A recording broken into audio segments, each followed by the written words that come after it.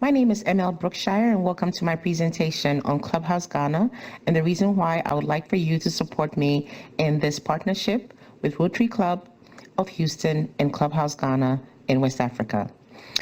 Now, going to this particular slide, the history of Clubhouse Ghana actually comes from the fact that Clubhouse Ghana is a Clubhouse franchised entity in the area of Ghana, West Africa. It will be the first rehabilitation center to be built in West Africa under the Clubhouse International umbrella. Clubhouse International is located in Manhattan, New York. Website www.clubhouse-intl.org. And it happens to have about 325 plus different establishments and rehabilitation centers around the world, several in different states in America and Europe.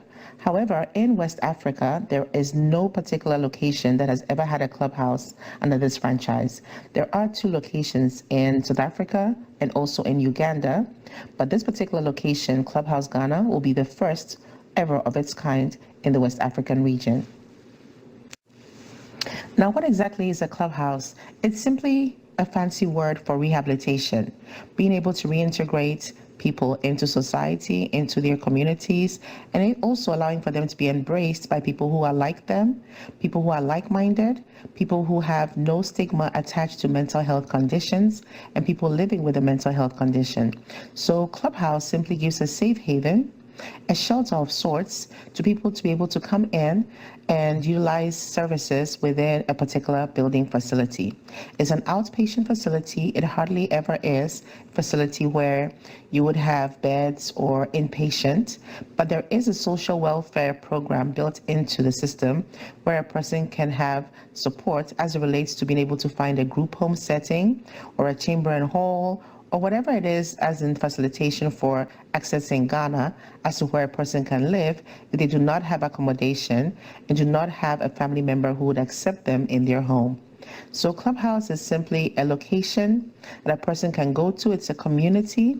You have to be evaluated by a psychiatrist and be accepted into the program, and you're called a member versus a patient or a client. Now, when you enter the facility, you can have a game room, access to movies and different historical documentaries. There's a library.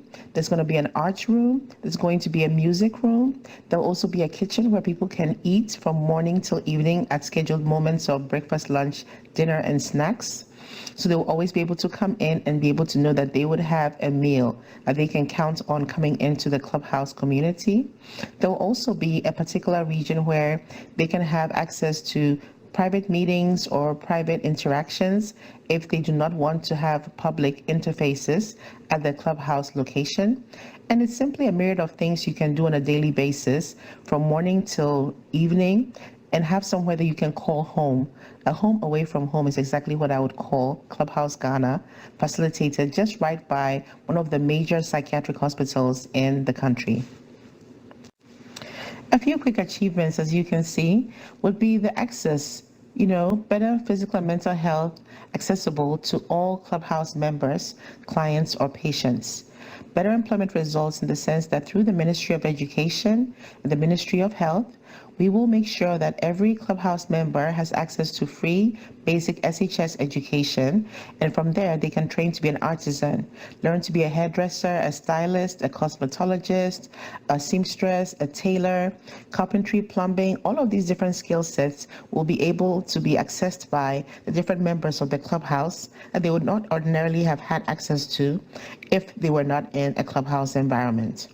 There's also a situation where there'll be reduced hospital stays because people would have a go-to environment that they can call their own. And if you see a person is missing or is not coming into the facility, it would raise awareness that there's something wrong. We need to check in on them, reach out to their family members, and make sure that they feel a part of the integrated community.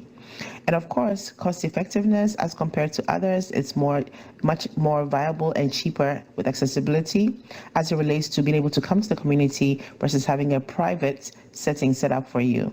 And of course, you've had the Conrad N. Hilton Humanitarian Prize Award since 2014 for Clubhouse International. Now, as it relates to the Clubhouse Ghana history, you would say, why Clubhouse Ghana?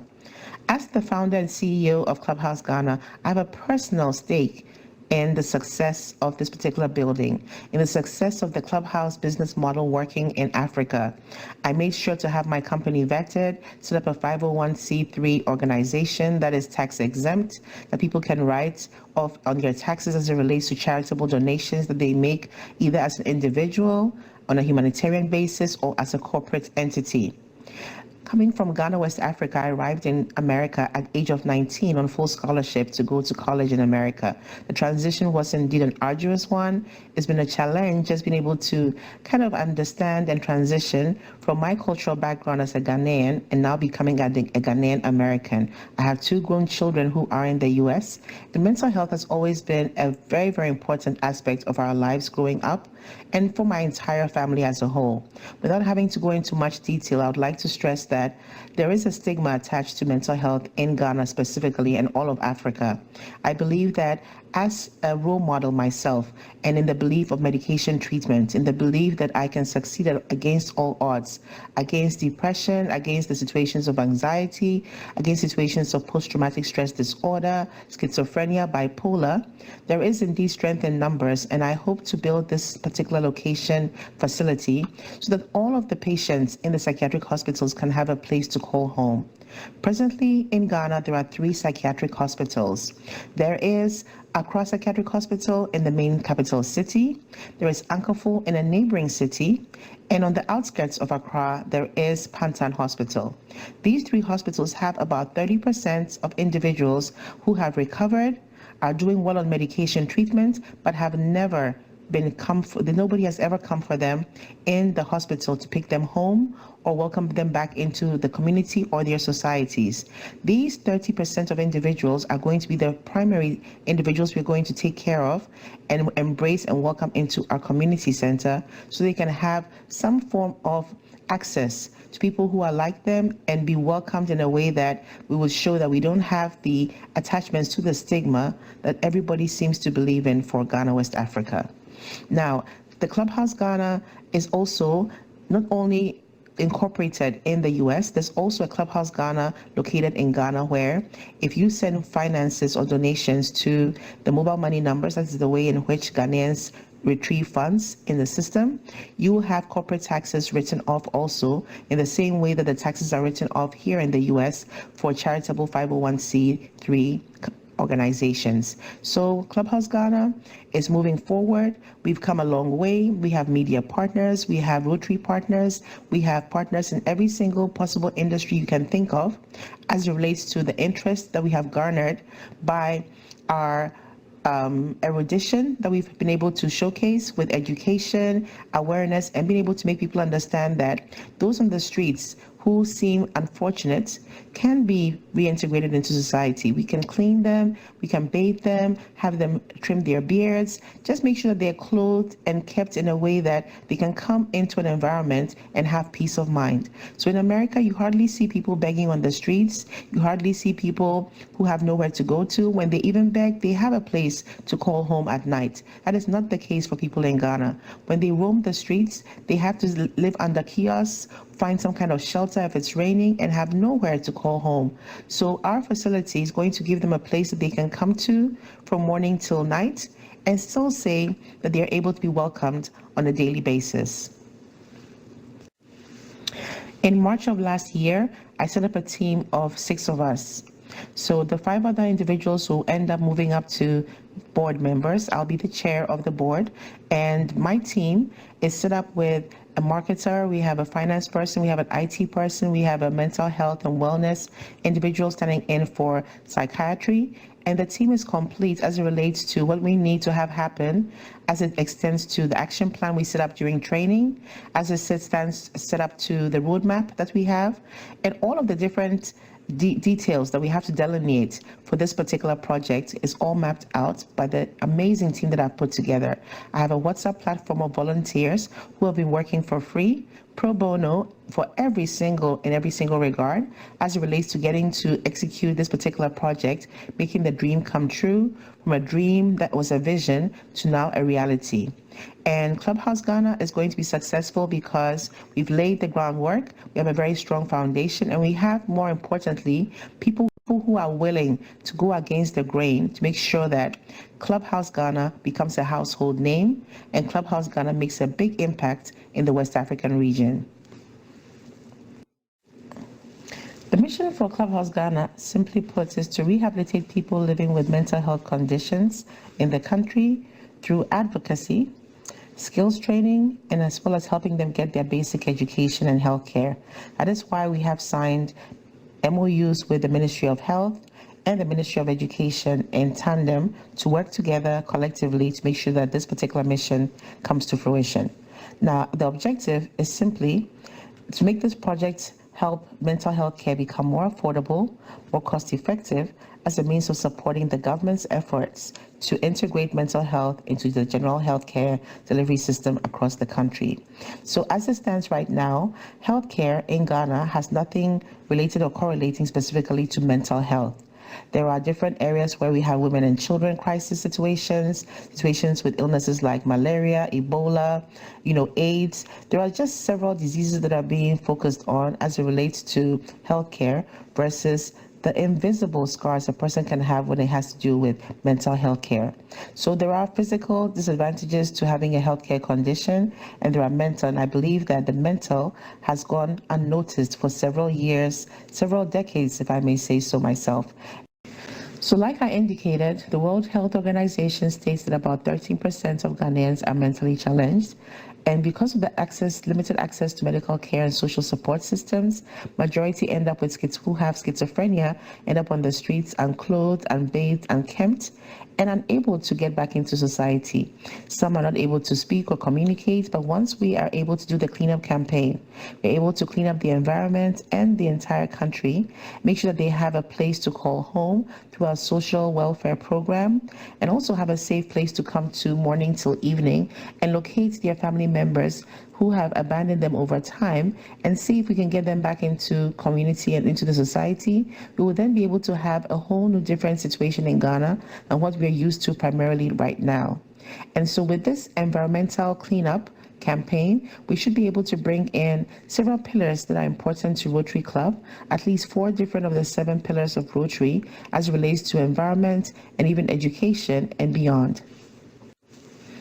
So like I mentioned before, the current situation in Ghana does focus on those loitering about, unclothed both day and night, having nowhere to go to, no one to fend for them, and they become beggars by default regardless of whatever circumstances that they were in prior to going on the streets with schizophrenia. And we do want to showcase the difference between bipolar, between schizophrenia, anxiety, depression, post-traumatic stress disorder. And then, on the extreme other side, we have with our autism, dementia, Alzheimer's, all as healthcare conditions that people need to pay attention to, even in West Africa and Africa at large. Now, as it relates to what's going on in Ghana, the society doesn't seem to see a person's mental health condition as a critical aspect of human and interpersonal development, but it is key. So we're not going to focus only on those in the streets as the rarity, but the majority of people, a bank manager who's unable to take care of his child or his family or his spouse and kids, who's having serious anxiety and depression, even though he has to go into the office daily, the one that has a nervous breakdown who becomes unemployable all of a sudden because of the stigma attached to mental health, a mother who has lost a husband who's no longer able to communicate and is deeply in depression, a child or a parent who's showing extreme signs of mania that a person has to address and get them into a facility immediately to get medication treatment.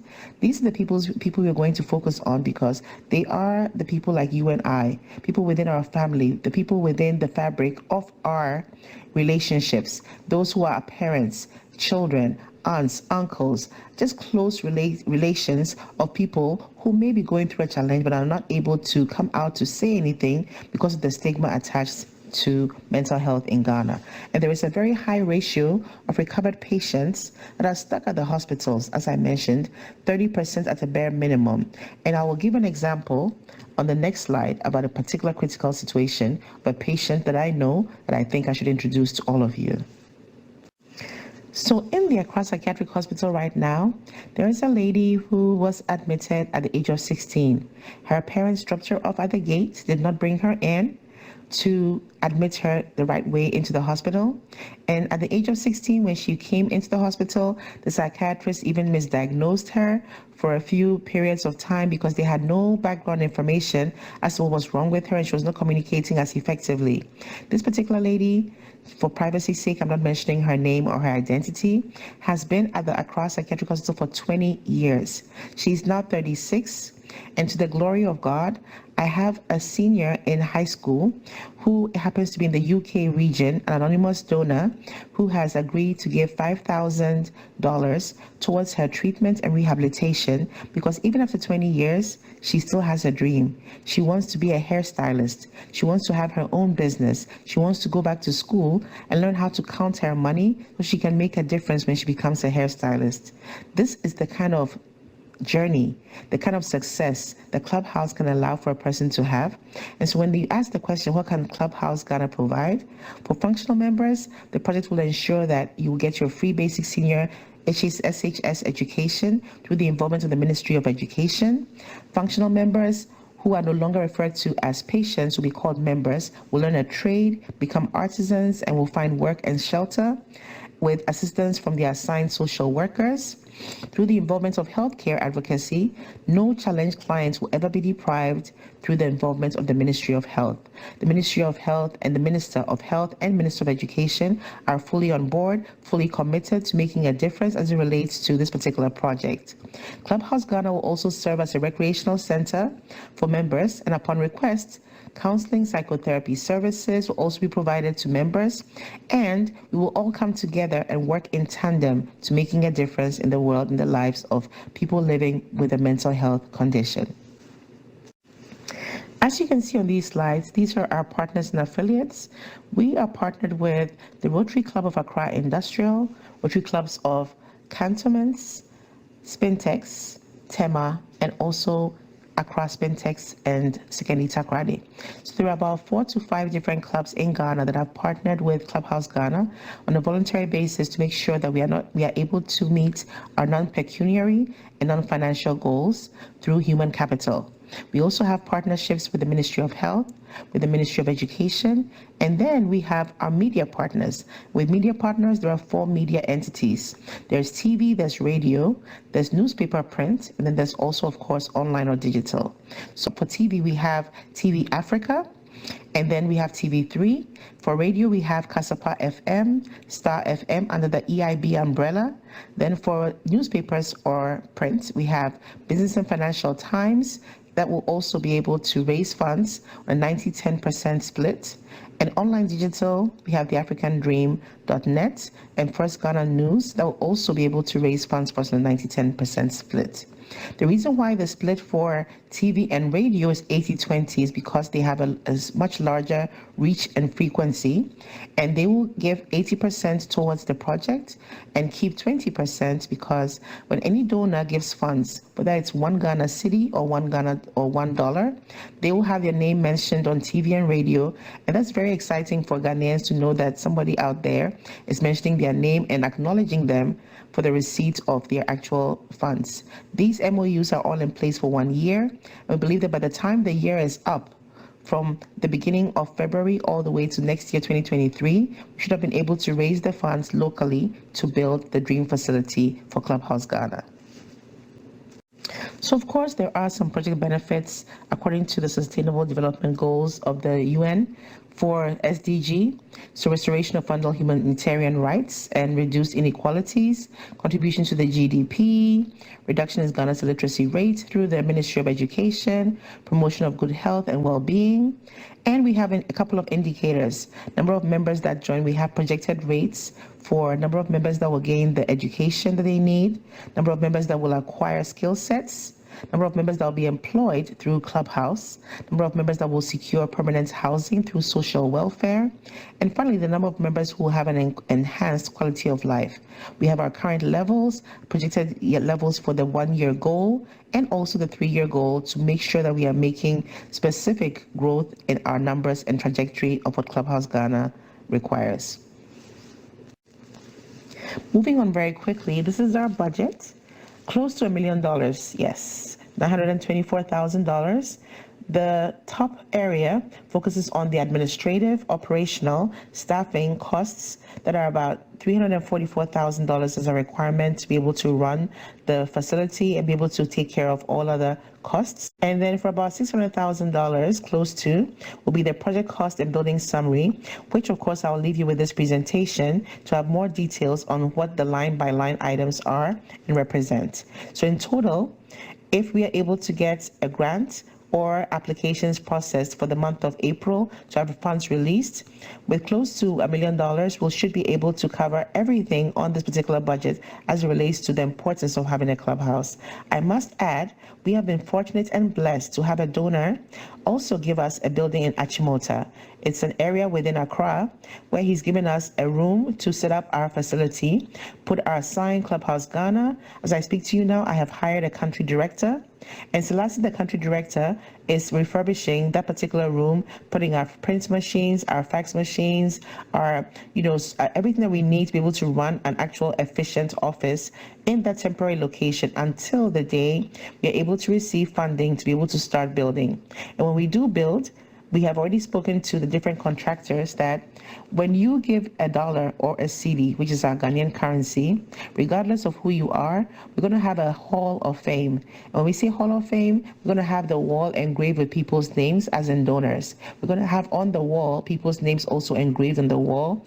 And within that particular building, anyone can go in and say, hi, my name is Demir, or my name is Dick Carger, and I gave $10 in the year of 2021, 2022 to this particular organization. So without having the actual amount of what you gave, whether it was $1 or $1 million, we still will acknowledge you in this Hall of Fame where we'll have your names engraved in the foundation of the building. So everyone can showcase and say, I was there, I helped do this, I helped to build this for generations to come. Grandchildren, great-grandchildren can come and see their grandparents' names on the wall as donors who supported the Clubhouse Ghana campaign. And finally, I'm going to play an actual voiceover that was recorded by one of my MC friends. He did it pro bono because this is a charitable organization he would like to support. Conclusively, Clubhouse Ghana will utilize the funds being sourced to set up an outpatient facility that will enable recovered patients from Accra Psychiatric Hospital, Pantan, and Kofo, and even private hospitals to gain the skill sets they need, so as the necessary education in order to be self-sufficient. Your support as Rotary will be able to help with advocacy and help with donations towards the opportunity to greatly enhance the lives and the efforts that we are presently conducting to establish the first ever Clubhouse Franchise Rehabilitation Center in all of West Africa. I leave you with this voiceover to hear how you can donate to our funds or donate to Mobile Money for Ghana, donate to GoFundMe for the US, or in any other capacity to be able to donate to the bank accounts for the US and also the NGO accounts for Ghana or anywhere at large in the world, whether you are in UK or in any other location globally, Asia and the world at large. You will still be able to support either in cash or in kind towards the Clubhouse Ghana movement, the Clubhouse Ghana project, and the Clubhouse Ghana dream. Thank you very much for listening to the presentation. I leave you with this voiceover right now. Thank you very much once again.